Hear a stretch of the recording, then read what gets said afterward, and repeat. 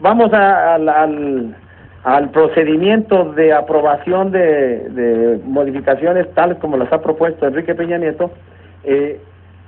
Esto de la ley, bueno, es una reforma constitucional. Así es. Y nos decías que el licenciado Carbonell Sí. ya está hablando de que puede presentarse en el curso de los próximos días esta iniciativa. Sí, platicaba yo con él, ya está en comisiones, ya están trabajando en los proyectos, y comentaba él que quizá la primera versión se pueda subir de comisiones al pleno en unas 2 o 3 semanas máximo. Entonces, o sea, va a salir rápido, quizá, si se hallan los consensos, porque como lo comentábamos ahorita aquí en cortito, son las 2/3 partes, se requiere una mayoría calificada de los miembros del Congreso de la Unión, lo que sea ratificada por la mitad más 1 de las legislaturas de los estados.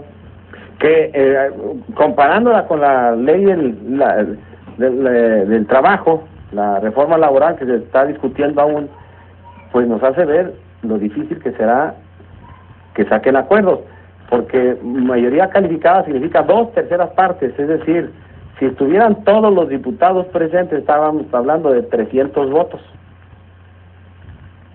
A ver, es el 75%. El 66%. 66, ¿no? Sí, son... De 500. Sí, de 500. Entonces, 330. 330. Si estuvieran todos los diputados. Sí, si estuvieran los 500 y de 228 senadores. De 128, ¿no? 128, sí.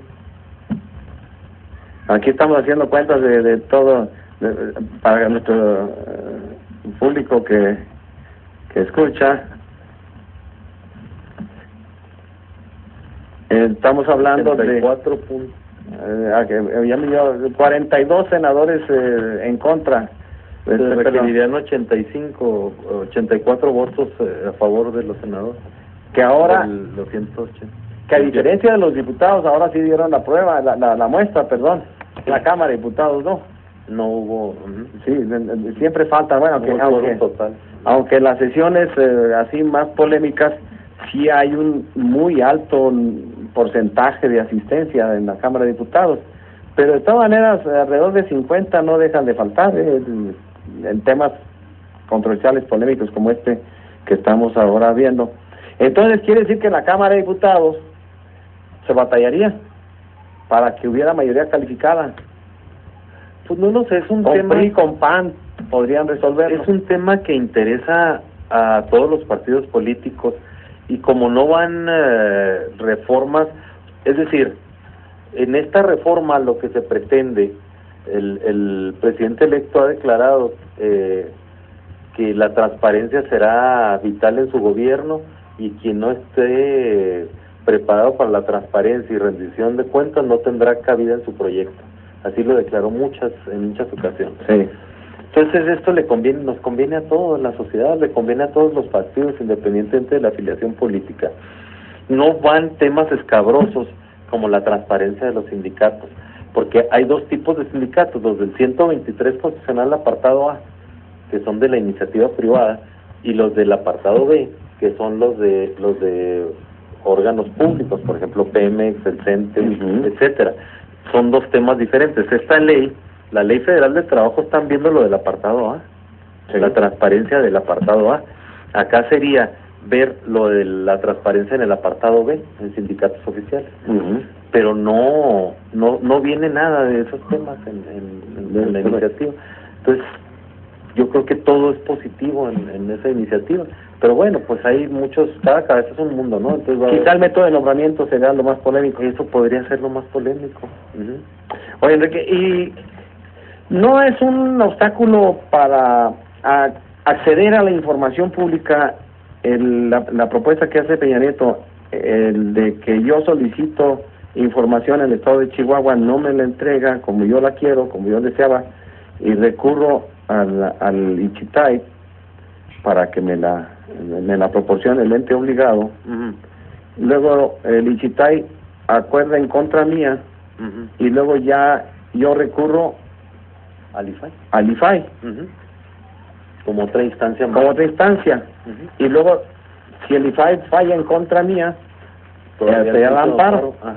Pero ahora en este momento, eso es lo que propondría la iniciativa de Peña Nieto, pero en este momento, si el ICITAI falla en contra mía, ya nomás queda el amparo. Nada más el amparo directamente. No es agregarle un paso más para acceder a la información pública. Pues es la consulta de un criterio distinto, más para confirmar ante el ciudadano. Bueno, tienes razón, no tienes razón, pues ya todos me dijeron que no tenía razón.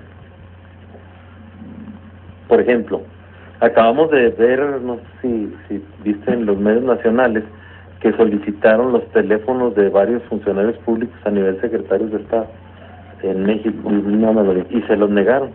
Y el IFAI se interpone el recurso, y el IFAI les dice que entreguen la información, que den los teléfonos celulares particulares, que porque son pagados por el erario público. Hubo un asunto similar aquí, y aquí les dijimos que no, pero se fundamentó porque había un acuerdo de reserva aquí, porque tú sabes que por cuestiones de seguridad de un funcionario de alto rango, si le das un número celular con los GPS, y eso te puede localizar incluso miembros de la delincuencia organizada con tu número de celular. Entonces estaba fundado. Yo creo que en México no se hizo un buen acuerdo de reserva de esa información, porque si es de seguridad de las personas que establece la propia ley. No se hizo un buen acuerdo a tiempo, y el IFAI dio la orden de entregues en los teléfonos, entregues la información. Bajo el criterio de que son recursos públicos. Exactamente, y acá el criterio que prevaleció es que es un instrumento de trabajo para el funcionario, el celular, no una prebenda. Sí, para estar localizado, para estar en todo, pues, sí.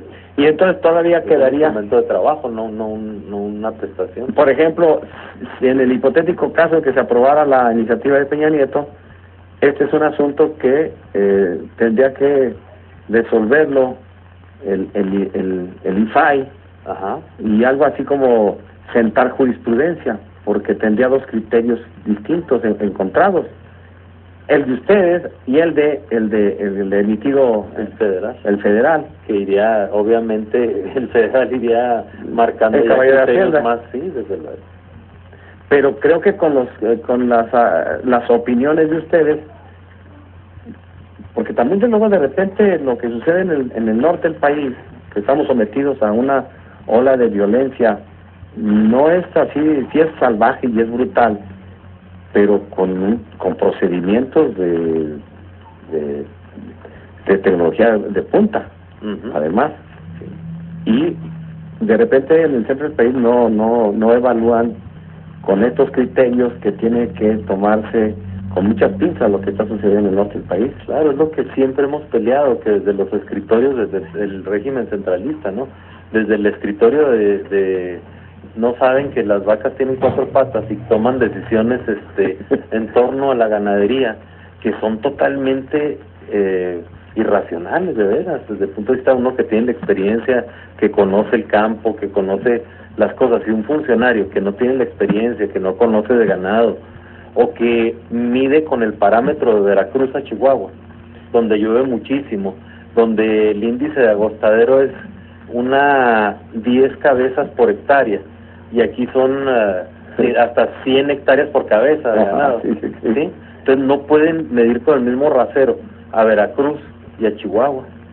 No, para decirlo en otros términos, lo de las tarifas eléctricas. Exactamente, igual, porque pues el clima que tienen benévolo en el Distrito Federal no es el mismo que tenemos, el clima extremoso que tenemos acá en el norte. Sí, y sacan promedios, y aquí tenemos diferenciales. Ahorita estamos teniendo diferenciales ya de la temperatura, estamos entre 8 o 9 grados en la madrugada y subimos a 31, entonces son 23 grados, 22 grados diferenciales, y eso no se toman en cuenta.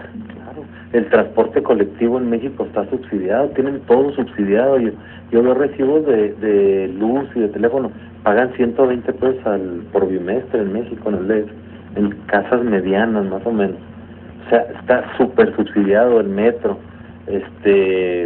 Tienen grandes subsidios. Por ejemplo, en la educación, el Distrito Federal no aporta un centavo. Eso lo ha acentuado y lo ha comentado mucho el señor gobernador. Y nosotros, el Estado de Chihuahua, sí tenemos que aportar 7,000 millones de pesos para la educación. Aparte de lo que nos dan para... El Estado aporta 7,000 millones de pesos. Sí, sí, porque en esto de la descentralización educativa, el gobierno federal tenía que entregar, y lo entregó a todos los estados. Así es. Y aparte Chihuahua le pone 7,000 millones. Y el DF, por ejemplo, el gobierno del Distrito Federal, no pone ni un 5, y hay muchos estados que no ponen ni un 5. Y es injusto. Pero en el caso del DF, aún no descentralizan la educación. No, sí, pero lo paga todo el gobierno federal. No está descentralizada. La educación en el Distrito Federal no está. Lo que nosotros tenemos de descentralización educativa, que nos trasladaron todos los planteles y los maestros y los salarios, y funcionaron la 42 y la octava, y todo eso no existe en el DF. Es el subsecretario de Educación Media, de básica, es el que dirige toda la educación del Distrito Federal. Tiene un secretario del gobierno del Distrito Federal de Educación. Sí, también. Pero en lo de la descentralización, ya nos escucharán algún maestro, y nos llamarán, luego lo comentaremos. Pero, bueno, ese es un asunto. Pero lo que hace distinto a Chihuahua es que aparte le pone 7,000 millones de pesos más. Y otros estados de la República igual se descentralizan. Sí. Bueno, ya nos estamos desviando del tema de transparencia. Entonces, ¿tú crees que no se pone más burocratizada el acceso a la información con eso de que se agrega una instancia? ¿O crees que mejora en cuanto a la emisión de criterios y posibilidades de que haya una mejor, ¿cómo diré?, que se haga más vigente el derecho a la información de las personas que lo solicitan? Bueno, yo creo que se enriquece más, ¿verdad? Porque hay más criterios, y si lo miden con los parámetros que hay en las entidades federativas, si tienen esa tingencia, creo que es bueno. Pero en última instancia está en manos del recurrente. Es opcional interponer o no el recurso, o irse directamente al juicio de amparo. No es una manifestación más de centralismo como lo hemos no, porque queda a la espera de la decisión del gobernado, del recurrente, si acude a ese recurso de revisión o directamente al juicio de amparo. Es decir, no es un requisito de procedibilidad interponer el recurso de revisión para poder acudir al amparo, como en otros casos sí lo es, por el principio de definitividad de la sentencia. Pero aquí